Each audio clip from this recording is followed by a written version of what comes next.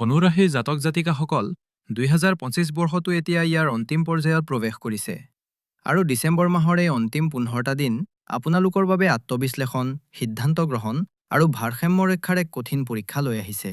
এই সময়ছোৱাত গ্ৰহৰ চালচলনে কেৱল আপোনাৰ কৰ্মৰ ওপৰতে নহয়, বৰঞ্চ আপোনাৰ চিন্তাধাৰা, সম্পৰ্ক আৰু ভৱিষ্যতৰ দিশ নিৰ্ণয়ৰ ক্ষেত্ৰতো সূক্ষ্মভাৱে প্ৰভাৱ পেলাব। এই সময়ে আপোনাৰ বাবে সুযোগ লৈ আহিবনে? ধৈৰ্যৰ দাবী কৰিব। আপোনাৰ সম্পৰ্কবোৰ শক্তিশালী হ'বনে? জীৱনে আপোনাক কোনো কঠোৰ সত্য গ্ৰহণ কৰিবলৈ বাধ্য কৰাব? আজিৰ এই বিশ্লেষণত আমি 15 ডিচেম্বৰৰ পৰা 31 ডিচেম্বৰ 2025 লৈকে ধনু ৰাশিৰ বাবে কেৰিয়াৰ, ধন, প্ৰেম, স্বাস্থ্য আৰু মানসিক ভাৰসাম্য প্ৰতিটো দিশ গভীৰভাৱে বুজিবলৈ চেষ্টা কৰিম, যাতে আপুনি সময়ৰ লগত নহয়, বৰঞ্চ সময়ৰ আগত খোজ দিব পাৰে। সৰ্বপ্ৰথমে আমি বুজিব লাগিব যে আকাশত আচলতে কি ঘটি আছে। আমি ইয়াক বিগ পিকচাৰ বুলি কওঁ, কাৰণ যেতিয়ালৈকে আপুনি কিয় বুলি নাজানিব, তেতিয়ালৈকে কি হ'ব গৈ আছে সেই কথাত বিশ্বাস কৰিব নোৱাৰিব। বন্ধুসকল, ধনু ৰাশিৰ জাতকসকল, বৰ্তমান আপোনালোকৰ জন্মকুশলীৰ লগ্ন অৰ্থাৎ প্ৰথম ঘৰটো এটা পাৱাৰ হাউচ বা শক্তি কেন্দ্ৰত পৰিণত হৈছে। জ্যোতিষশাস্ত্ৰত লগ্ন আটাইতকৈ গুৰুত্বপূৰ্ণ, কাৰণ এয়া আপোনাৰ শৰীৰ, আপোনাৰ মগজু আৰু আপোনাৰ পৰিচয়। চাওক, 15 ডিচেম্বৰৰ পাছত গ্ৰহৰ স্থিতি কেনেকুৱা হ'ব।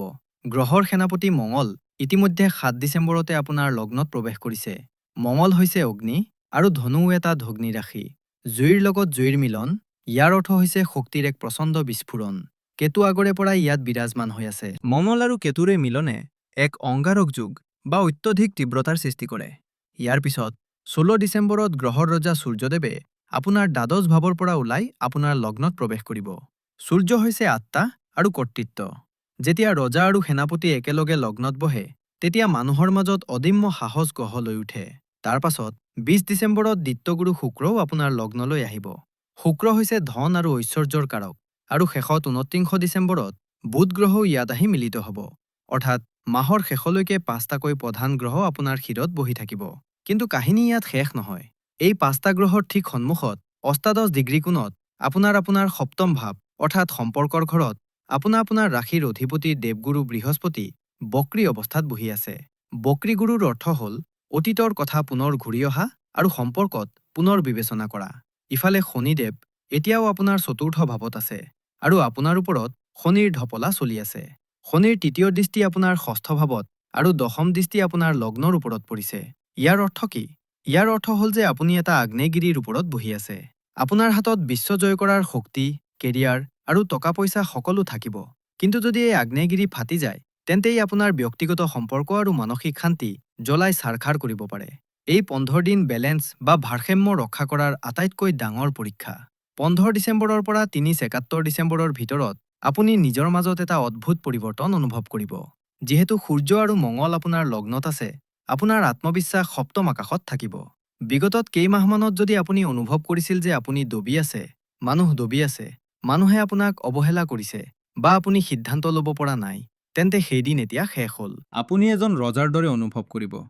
আপোনাৰ খোজকাটলত আপোনাৰ কথাত এটা গাম্ভীৰ্য আৰু দপদপনি থাকিব। 20 ডিচেম্বৰত যেতিয়া শুক্ৰ তালৈ আহিব, তেতিয়া আপোনাৰ মুখমণ্ডলত এক সুকীয়া উজ্জ্বলতা দেখা যাব। মানুহ চুম্বকৰ দৰে আপোনাৰ ফালে আকৰ্ষিত হ'ব। আপুনি যিকোনো অনুষ্ঠানৰ মধ্যমণি হৈ পৰিব। আপোনাৰ ভিজিবিলিটি বা জনপ্ৰিয়তা বহুত হাই থাকিব। কিন্তু বন্ধুসকল, মুদ্ৰাৰ আনটো পিঠি বৰ বিপদজনক। মঙল আৰু সূৰ্য গৰম গ্ৰহ, কেতু মানে হৈছে বিচ্ছেদ বা আঁতৰি যোৱা। আপোনাৰ স্বভাৱত খং আৰু খিংখিঙীয়া ভাৱ যথেষ্ট বাঢ়ি যাব। আপুনি সৰু সৰু কথা সহ্য কৰিব নোৱাৰিব। আপোনাৰ মনত কেৱল এটাই কথা চলিব, মাই ৱে অৰ দ্য হাইৱে, অৰ্থাৎ হয় মোৰ কথা মানিব লাগিব, নহ'লে ৰাস্তা দেখিব লাগিব। এই অহংকাৰ শনিৰ প্ৰভাৱৰ সৈতে মিলি আপোনাক মানসিক চাপ দিব পাৰে।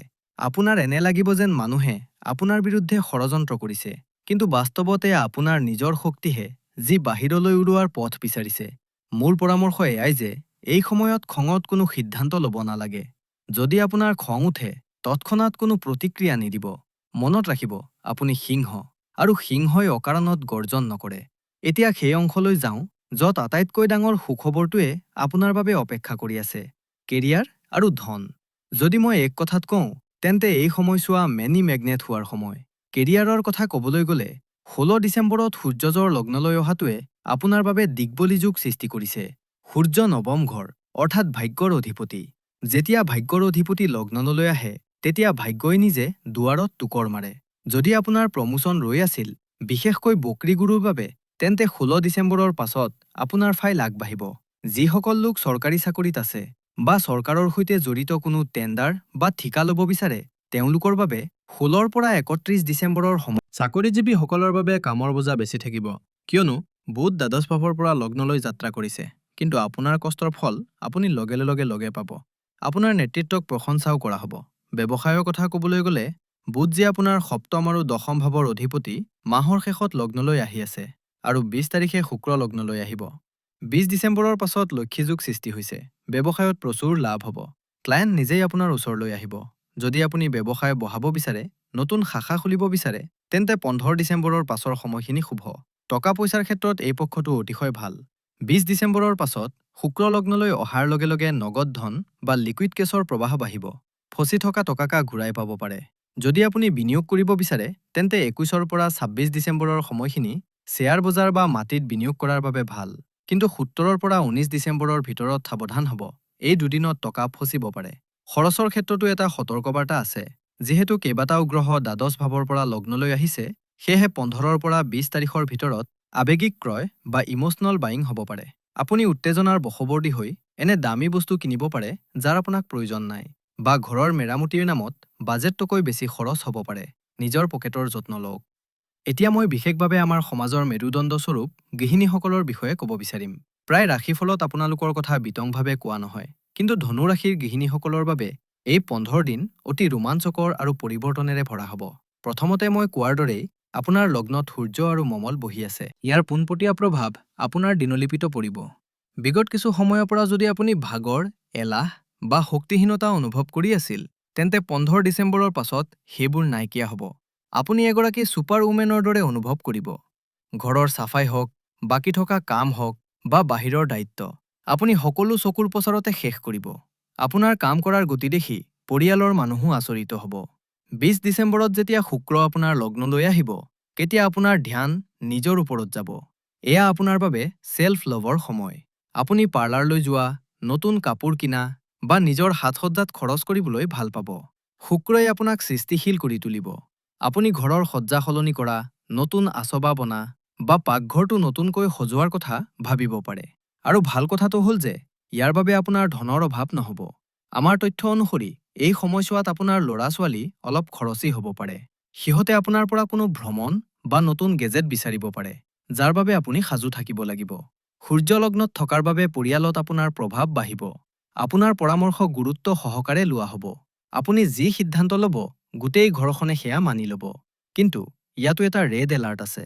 মঙ্গলৰ শক্তিয়ে আপোনাক অলপ আনৰ ওপৰত হুকুম চলোৱা স্বভাৱৰ কৰি তুলিব পাৰে। কামৰ হেঁচাত আপুনি সন্তান বা ঘৰৰ জ্যেষ্ঠসকলৰ ওপৰত খং দেখুৱাব পাৰে। মোৰ কথাই মানিব লাগিব। এই জিদে ঘৰত অশান্তি সৃষ্টি কৰিব পাৰে। আপোনাৰ ভিতৰত থকা এই প্ৰচণ্ড শক্তিক ঘৰ সজোৱাত বা কোনো সৃষ্টিশীল কামত লগাওক, তৰ্ক-বিতৰ্কত নহয়। মনত ৰাখিব, ঘৰৰ শান্তি আপোনাৰ হাঁহিটোৰ ওপৰতে নিৰ্ভৰ কৰে। এতিয়া আপোনালোকে খুব মনোযোগেৰে শুনক। এয়া এই ভিডিঅ'ৰ আটাইতকৈ গুৰুত্বপূৰ্ণ অংশ।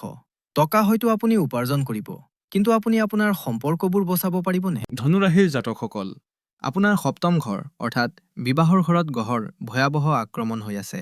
লগ্নত বহি থকা মঙ্গল, সূৰ্য আৰু কেতুৰ পোনপটীয়া সপ্তম দৃষ্টি আপোনাৰ সপ্তম ঘৰৰ ওপৰত পৰিছে। আৰু তাত কোন বহি আছে? বক্ৰী বৃহস্পতি। এয়া জুই আৰু বতাহৰ খেল। আপোনাৰ আৰু আপোনাৰ জীৱনসংগীৰ মাজত ইগ' ক্লেছেছ অৰ্থাৎ অহংকাৰৰ সংঘাত চৰম সীমাত থাকিব। অতি সৰু এটা কথা, যেনে তিতা গামোচাখন বিচনাত থোৱা বা আঞ্জাত নিমখ কম হোৱা, এনে সৰু কথাই মহাভাৰতৰ ৰূপ ল'ব পাৰে। আপুনি আপোনাৰ সংগীৰ ওপৰত হুকুম চলাবলৈ চেষ্টা কৰিব, আৰু আপোনাৰ সংগীয়ে বক্ৰী গুৰুৰ প্ৰভাৱত পুৰণি কথাবোৰ খুচৰিব। আমাৰ তথ্য অনুসৰি এই সময়ছোৱাত টেৰিবল ফাইটছ অৰ্থাৎ ভয়ংকৰ কাজিয়া হোৱাৰ আশংকা আছে। যদি আপোনাৰ কুণ্ডলীত দশা বেয়া চলি আছে, তেন্তে কথাটো বিবাহ বিচ্ছেদ বা আইনী বিবাদলৈ যাব পাৰে। তৃতীয় ব্যক্তিৰ হস্তক্ষেপ, যেনে শহুৰৰ ফালৰ মানুহ বা বন্ধু-বান্ধৱৰ কথাবোৰে জুইত ঘিউ ঢলাৰ কাম কৰিব। প্ৰেমী-প্ৰেমিকাৰ বাবেও পৰিস্থিতি উত্তপ্ত। আপুনি বৰ বেছি বিচাৰকৰ ভূমিকা লৈ ল'ব। আপুনি প্ৰেমিক বা প্ৰেমিকাৰ ওপৰত নিজৰ ইচ্ছা জাপি দিব। 29 ডিচেম্বৰৰ পাছত যেতিয়া বুধই ভিৰত যোগ দিব, তেতিয়া ভুল বুজাবুজি আৰু বাঢ়িব। মাহৰ শেষত ব্ৰেকআপৰ আশংকা আটাইতকৈ বেছি। সমাধান কি? কেৱল এটা শব্দ, মৌনতা। এই 15 দিন যদি আপুনি দেখে যে তৰ্ক বাঢ়িছে, তেন্তে তাৰ পৰা আঁতৰি যাওক। নিজৰ সঙ্গীক অলপ স্পেচ বা সময় দিয়ক। এই সময় সম্পৰ্ক শুধৰোৱা নহয়, বৰঞ্চ সম্পৰ্কক বচোৱাৰ সময়হে। শান্ত থাকক, এই ধুমুহা পাৰ হৈ যাব। স্বাস্থ্যৰ ক্ষেত্ৰতো অৱহেলা কৰিলে বিপদ হ'ব পাৰে। যেতিয়া লগ্নত ইমানবোৰ পাপী আৰু ক্ৰূৰ গ্ৰহ থাকে, তেতিয়া শৰীৰৰ উষ্ণতা বাঢ়ে। আপোনাৰ পিত্তদোষ, এচিডিটি, পেট জ্বলা-পোৰা কৰা আৰু লিভাৰৰ সমস্যা হ'ব পাৰে। তেলক ভজা খাদ্য এই সময়ত বিষৰ সমান। মঙল আৰু কেতু দুৰ্ঘটনাৰ কাৰক। 15 পৰা 31 ডিচেম্বৰৰ ভিতৰত গাড়ী চলোৱাৰ সময়ত মোবাইল ফোন ব্যৱহাৰ একেবাৰেই নকৰিব। লোহাৰ পৰা বা জুইৰ পৰা আঘাত লগাৰ ভয় আছে। সূৰ্য লগ্নত থকাৰ বাবে মাইগ্ৰেন বা চকুৰ জ্বলা-পোৰা সমস্যা হ'ব পাৰে। সেয়েহে প্ৰচুৰ পৰিমাণে পানী খাওক আৰু শৰীৰ ঠাণ্ডা ৰাখিব পৰা বস্তু গ্ৰহণ কৰক। বন্ধুসকল, সমস্যা ডাঙৰ, কিন্তু সমাধান তাতকৈও ডাঙৰ। আমাৰ বৈদিক জ্যোতিষত প্ৰতিটো সমস্যাৰ সঠিক উপায় আছে। এই অগ্নিক শান্ত কৰিবলৈ আৰু সফলতাক স্থায়ী কৰিবলৈ আপুনি এই উপায়সমূহ 15 ডিচেম্বৰৰ পৰা আৰম্ভ কৰা উচিত। প্ৰথম আৰু আটাইতকৈ অপৰিহাৰ্য উপায় হ'ল শিৱ অভিষেক। যিহেতু মঙল আৰু সূৰ্যৰ প্ৰচণ্ড শক্তি আপোনাৰ লগ্নত আছে, ইয়াক কেৱল দেৱাদিদেৱ মহাদেৱেহে নিয়ন্ত্ৰণ কৰিব পাৰে। প্ৰতিদিনে পুৱা বা অন্ততঃ প্ৰতি সোমবাৰে শিৱলিংগত পানী ঢালিব। সেই পানীত অলপ কেঁচা গাখীৰ আৰু মিচিৰি মিহলি কৰিবলৈ নাপাহৰিব। গাখীৰ চন্দ্ৰৰ কাৰক আৰু মিচিৰি শুক্ৰৰ। ই আপোনাৰ খং শান্ত কৰিব আৰু আপোনাৰ কথাত মিঠা ভাৱ আনিব। দ্বিতীয় উপায়টো সূৰ্য দেৱতাৰ বাবে। 16 ডিচেম্বৰৰ পাছত প্ৰতিদিনে পুৱা তামৰ লোটাত পানী, ৰঙা চন্দন আৰু ৰঙা ফুল দি সূৰ্যদেৱক অৰ্ঘ্য অৰ্পণ কৰক। মন্ত্ৰ উচ্চাৰণ কৰিব, অঘৃণী সূৰ্যায় নমঃ। ইয়াৰ ফলত আপোনাৰ অহংকাৰ আত্মসন্মানলৈ পৰিৱৰ্তিত হ'ব আৰু চৰকাৰী লাভালাভ পাব। তৃতীয় উপায় শুক্ৰ গ্ৰহৰ ধনৰ বাবে। 20 ডিচেম্বৰৰ পাছত শুক্ৰবাৰে যিকোনো বগা মিঠাই যেনে পায়স বা ৰসগোল্লা দৰিদ্ৰ শিশুক দান কৰক। ইয়াৰ দ্বাৰা লক্ষ্মীযোগ সক্ৰিয় হ'ব। আৰু শেষত ৰাতি শোৱাৰ আগতে 10 মিনিট নমঃ শিৱায় মন্ত্ৰৰ মানসিক জপ কৰক। ই আপোনাৰ মানসিক চাপ ধুইনিকা কৰিব। গতিকে বন্ধুসকল, ধনুৰাশিৰ জাতকসকলৰ বাবে 2025 চনৰ এই শেষৰ পক্ষটো এক অগ্নি পৰীক্ষা, য'ত পুৰি আপুনি চূণ হৈ জিলিকি উঠিব। কেৰিয়াৰ আৰু টকাৰ বাবে এই সময় 10ৰ ভিতৰত 10 নম্বৰ পোৱাৰ যোগ্য। কিন্তু সম্পৰ্ক আৰু স্বাস্থ্যৰ বাবে আপুনি খুব সাৱধান হ'ব লাগিব। নিজৰ অহংভাৱ ত্যাগ কৰক আৰু নম্ৰতাক আঁকোৱালি লওক। মনত ৰাখিব, গ্ৰহই নিজৰ কাম কৰিব, কিন্তু কৰ্ম আপোনাৰ হাতত। যদি আপুনি এই বিস্তৃত বিশ্লেষণ ভাল পাইছে আৰু আপুনি বিচাৰে যে আমি 2026 চনৰ বাবেও এনেকুৱা গভীৰ বিশ্লেষণৰ ভিডিঅ' লৈ আহোঁ, তেন্তে ভিডিঅ'টো লাইক নিশ্চয় কৰিব। কমেণ্ট বক্সত আপোনাৰ ইষ্ট দেৱতাৰ নাম বা জয় শ্ৰী ৰাম লিখিবলৈ নাপাহৰিব। ই আমাক বহুত অনুপ্ৰেৰণা দিয়ে। চেনেলটো ছাবস্ক্ৰাইব কৰি লওক আৰু বেল আইকনটো দবাই দিয়ক। আপোনাৰ অনাগত সময় শুভ হওক, আপুনি শুনি সুস্থ হৈ থাকক, সম্পন্ন হৈ থাকক। এই কামনাৰেই মই আপোনালোকৰ পৰা বিদায় লৈছোঁ। হৰ হৰ মহাদেৱ।